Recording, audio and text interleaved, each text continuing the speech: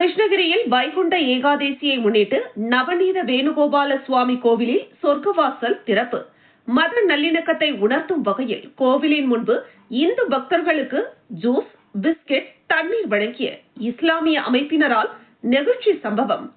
கிருஷ்ணகிரி நகரில் மாடவீதியில் அமைந்துள்ள பிரசித்தி பெற்ற நவநீத வேணுகோபால சுவாமி கோவிலில் வைகுண்ட ஏகாதேசியை முன்னிட்டு சொர்க்கவாசல் திறப்பு நிகழ்ச்சி நடைபெற்றது.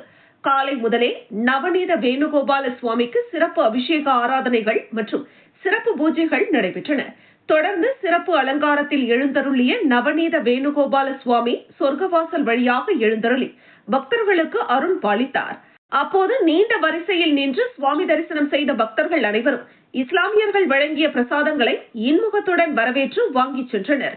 இந்த கோவிலில் பக்தர்களுக்கு கோவில் வளாகத்தில் இஸ்லாமிய அமைப்பினர் பக்தர்களுக்கு தண்ணீர், ஜூஸ், பிஸ்கெட் வழங்கிய சம்பவம் அப்பகுதியில் நெகிழ்ச்சியை ஏற்படுத்தியுள்ளது.